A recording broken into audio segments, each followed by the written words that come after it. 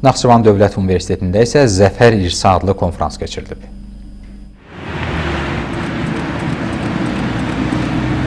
Konfrans iştirakçıları əvvəlcə Naxçıvan şəhərindəki Zəfər abidəsini ziyarət edib, abidə önünə güldəstələr qoyublar.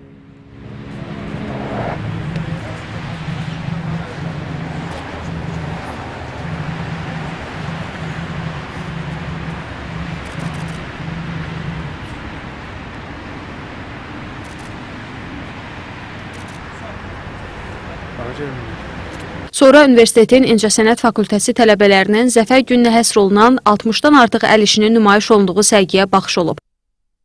Konfransda Ulu Öndər Heydər Əliyevin və şəhidlərimizin əziz xatirəsi bir dəqiqəli sükutla yad edilib, dövlət himni səsləndirilib.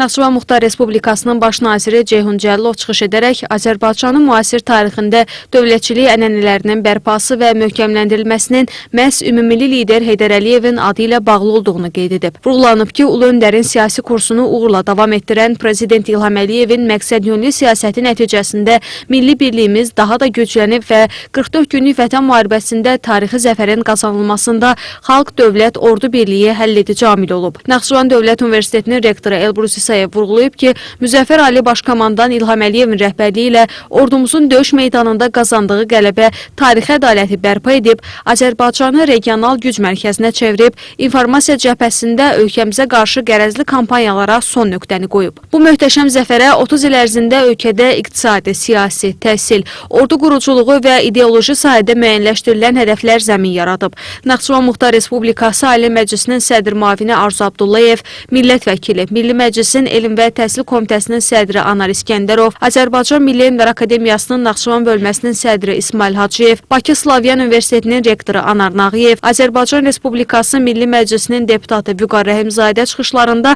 8 noyabr Zəfər gününün tarixi siyasi önəmindən danışıb, regiona gətirdiyi yeni perspektivlərə diqqət çəkiblər. Konfransda səslənən fikirlərin ümumilikdə vətəndaşın cəmiyyət və dövlət arasında məsuliyyətini daha aydın təsvirinə əks etdirdiyini, şəhidlərimizin və qazilərimizin qəhrəmanlığının daim yaşadılmalı olduğunu, hər bir Azərbaycanlı gəncin dövlətçiliyə sadiq, vətənpərvər, milli kimliyə bağlı, sağlam ideologiya malik olması gərəkdiyini bildiriblər. Tədbirin bədii hissəsində Naxçıvan Dövlət Universitetinin simfonik orkestrinin ifasında konsert proqramı təqdim olunub.